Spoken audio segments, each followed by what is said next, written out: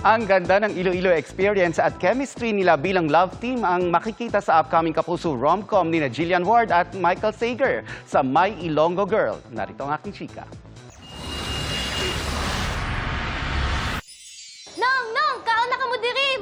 Ilang tulog na lang, makikilala na natin si Tata at Venice, ang mga role na gagampanan ni Jillian Ward sa pinakabagong primetime series ng Kapuso Network, ang My Ilonggo Girl. Ang swerte ko lang dahil dual role ang gagampanan dito ng star of the new generation, kaya't aminado siya na para siyang nanganganay sa role. Honestly po, kinakabahan po ako, pero sabi ko nga binigay po ni Lord, so I just want to have fun. Kung ano man po maging outcome ng show, ang importante nagkaroon po ako ng mga bagong friends dito, and I think naman marami po kaming mapapasaya, so sana abangan po nila ang show.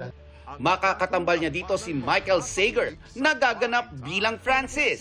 Aminado ang Kapuso actor na malaki ang naitulong ng pagtatambal nila sa abot kamay na pangarap para maabot ang tamang chemistry sa bago nilang love team.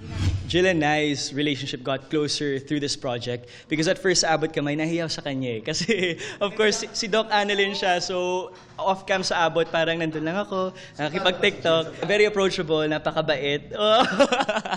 Totoo yan. Napakabait. What do we talk about? Naku, it's interesting what we talk about. Everything, halos po. Kung ano-ano, ewan ko dyan.